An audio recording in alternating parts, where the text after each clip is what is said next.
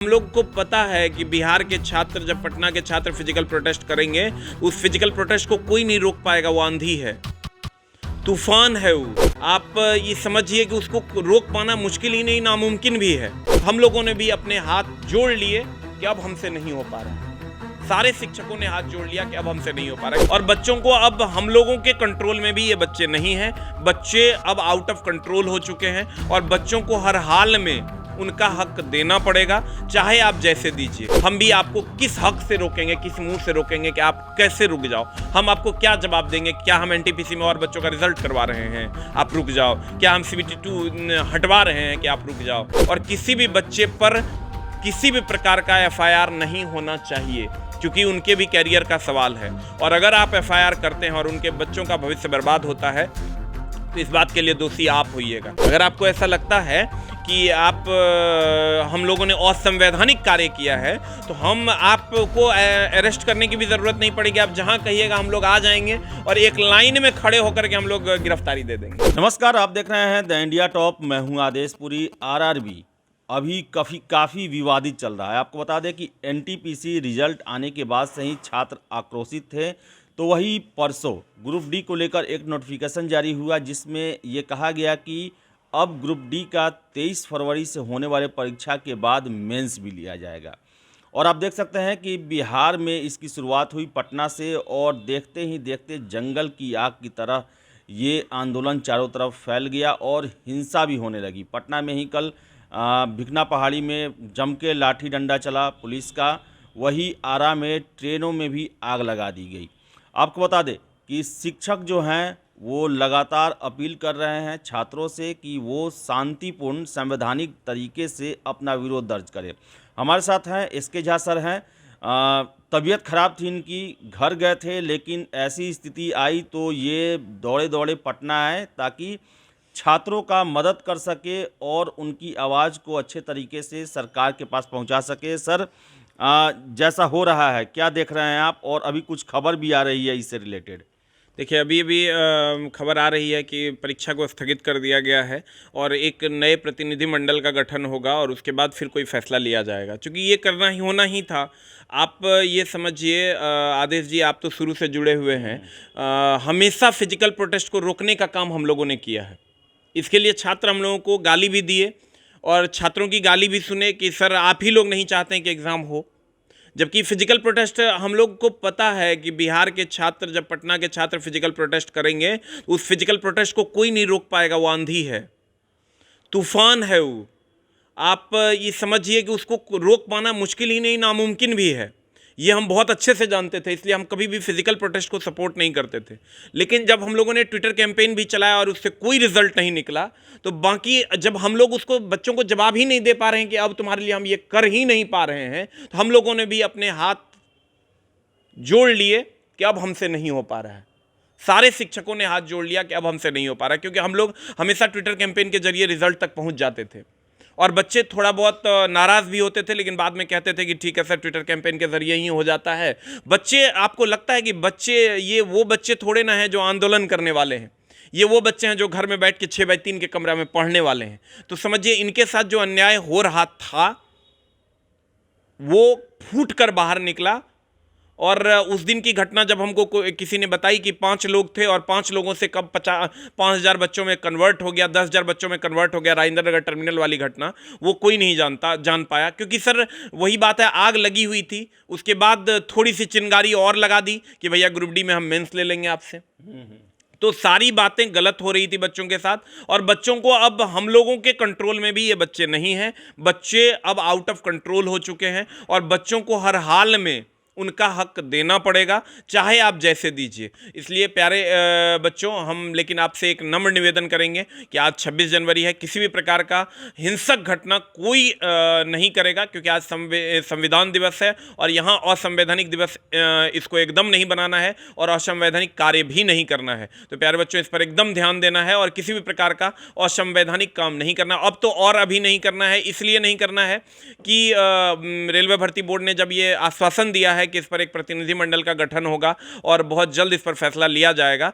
तो आप लोगों को उसका इंतजार करना चाहिए कि अब रेलवे क्या जवाब देती है, और उसके बाद अगर वो आपके हित में है तो उसको मान लीजिए, और अगर हित में नहीं है तो फिर आपको जो ठीक लगता है आप लोग कीजिए। हम भी आपको किस हक से रोकेंगे, किस मुंह से रोकेंगे कि आप कैसे रुक जाओ? हम आपको क्या जवाब देंगे? क्या हम एनटीपीसी में और बच्चों का रिजल्ट करवा रहे हैं आप रुक जाओ? क्या हम सीबीटी 2 हटवा रहे हैं कि आप रुक जाओ? मेरे दोस्त, ऐसा हम इस बात की गारंटी हम लोग नहीं ले पा रहे थे, इसीलिए हम लोग इस आंदोलन से को जो है किसी भी प्रकार का इसका विरोध नहीं किया कि फिजिकल प्रोटेस्ट हो कि नहीं हो। जो बच्चे कर रहे हैं, हम आपसे बस यही नम्र निवेदन करेंगे कि असंवैधानिक घटना को अंजाम ना दें। और जो भी बच्चे अभी जिनको भी पुलिस ने पकड़ा है, हम पुलिस प्रशासन से हाथ जोड़कर नम्र निवेदन करेंगे कि आप उन बच्चों को छोड़िए, और किसी भी बच्चे पर एफआईआर नहीं होना चाहिए, ये भी हम आपसे नम्र निवेदन करेंगे। जो भी सत्ता पक्ष के लोग हैं, आप इस बात का संज्ञान लीजिए और किसी भी बच्चे पर किसी भी प्रकार का एफआईआर नहीं होना चाहिए, क्योंकि उनके भी कैरियर का सवाल है।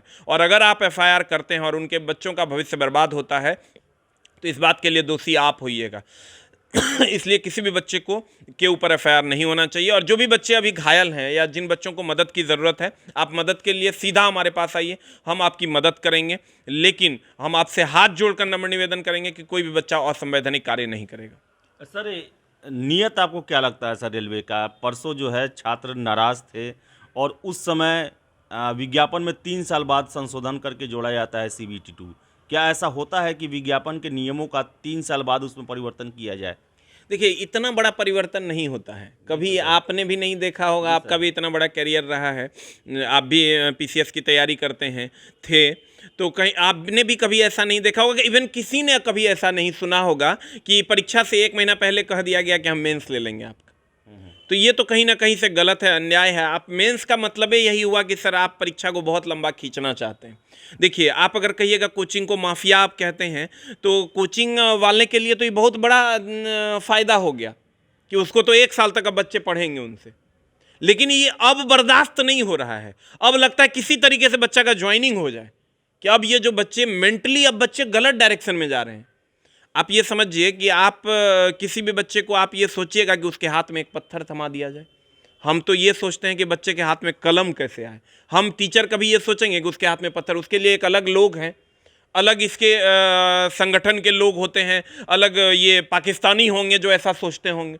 हिंदुस्तानी कभी ये नहीं सोच सकता है कि हिंदुस्तान के युवाओं के हाथ में पत्थर थमा दिया जाए, और एक शिक्षक तो कभी नहीं सोच सकता है कि बच्चों के हाथ में पत्थर थमा दिया जाए। तो कहीं ना कहीं से इस पर भी हम लोगों को लड़ना होगा, रेलवे को इस पर पुनर्विचार करना होगा। आप दूसरी बार जब आप नोटिफिकेशन निकालिएगा ग्रुप डी में, आप मेंस पहले से डिक्लेयर रहेगा, बच्चे भी मेंटली प्रिपेयर्ड होंगे और बच्चे दे देंगे मेंस, कहीं से कोई दिक्कत नहीं। लेकिन इस बार आपको इस पर सोचना होगा, इस पर संज्ञान लेना होगा। और इसमें हमको नहीं लगता है कि सरकार को बहुत बड़ी, ऐसा नहीं है कि लोकसभा राज्यसभा से पास हो गया है कि इसमें कोई दिक्कत होनी है। बस एक नोटिस निकालना है और नोटिस निकालने के बाद सारी चीज़ें नॉर्मल हो जाएंगी। तो हम आप ही के बच्चे हैं, सारे बच्चे आप ही के छोटे भाई हैं। हम माननीय सरकार से ये नम्र निवेदन करेंगे कि इस पर तुरंत संज्ञान लिया जाए। सर, ये जो प्रोटेस्ट हुआ 2 दिन चला, क्या इसी का नतीजा है कि आज रेलवे बोर्ड, जो एनडीटीवी की रिपोर्ट आ रही है जिसके मुताबिक दोनों परीक्षाओं पर रोक लगा दिया गया फिलहाल? हाँ सर, देखिए, एनडीटीवी ने भी इसको प्रमुखता से उजागर किया है। तो ये तो प्रोटेस्ट का ही नतीजा है, क्योंकि ट्विटर कैंपेन तो बहुत दिन पहले हुआ था। तो कहीं ना कहीं इससे ये बच्चों की जीत है। आज 26 जनवरी है, तो आज समझिए ये बच्चों की जीत है कि आज इतना अच्छा डिसीजन सरकार का आया है, और सरकार को ये डिसीजन लेना ही चाहिए था। हमको तो ऐसा लगता है कि कहीं ना कहीं से सरकार और स्टूडेंट के बीच में जो लोग हैं वही लोग गड़बड़ी कर रहे हैं। क्योंकि सरकार तक अगर ये बात पहुंचती और सरकार अगर इस बात को समझती तो उसके लिए तो और आसान हो गई ये प्रक्रिया। अगर मान लीजिए कि 3 लाख बच्चे, अगर मैं नेता हूँ और 3 लाख बच्चों के को छोड़ दीजिए आप, अगर हम 7 लाख बच्चे हमसे खुश हो जाए तो ये काम हम क्यों नहीं करेंगे? एकदम करेंगे सर। एकदम सिंपल सा बात है। अगर आप नेता हैं और आप सोच समझ सकते हैं, आप वोट की ही राजनीति करते हैं, तो अगर 3 लाख बच्चे को पीटी में हम रिजल्ट दे देते हैं और उसके जगह पे हम 7 लाख बच्चों का रिजल्ट दे देते हैं, तो 7 लाख बच्चा हमसे खुश हो जाएगा। ये करने में क्या दिक्कत है? अगर 1 करोड़ बच्चे ये कह रहे हैं कि एक गो एग्जाम लो, तो उसी में छांट के ले लो। ये तो बेवकूफ़ी है। या नहीं तो आपकी मनसा गड़बड़ है कि आप सीट बचाना चाहते हैं। 2 बातें हैं, या तो आप सीट बचाना चाहते हैं, उस टाइम आप इलेक्शन के टाइम में जो है कुछ बोल गए, कुछ कह दिए, और अब वो पूरा नहीं कर पा रहे हैं, और नहीं तो कहीं ना कहीं से आप बातों को समझ नहीं पा रहे हैं। तो हम माननीय सरकार से ये नम्र निवेदन करेंगे कि इस पर ध्यान दिया जाए। और हम लोग माफिया नहीं हैं सर, हम लोग पढ़ाते हैं, पढ़ाने लिखाने वाले शिक्षक हैं। अगर पढ़ाने वाले लिखाने वाले शिक्षक माफिया हैं तो दारू बेचने वाले फिर कौन है?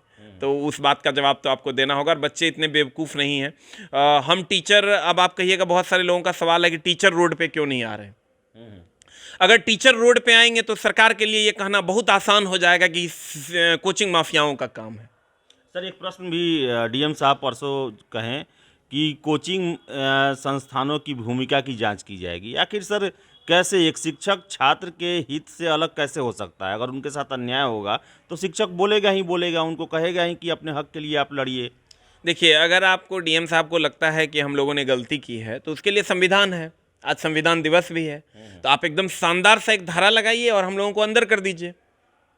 अगर आपको ऐसा लगता है कि हम लोगों ने असंवैधानिक कार्य किया है तो हम आपको अरेस्ट करने की भी ज़रूरत नहीं पड़ेगी। आप जहां कहिएगा हम लोग आ जाएंगे और एक लाइन में खड़े होकर के हम लोग गिरफ्तारी दे देंगे।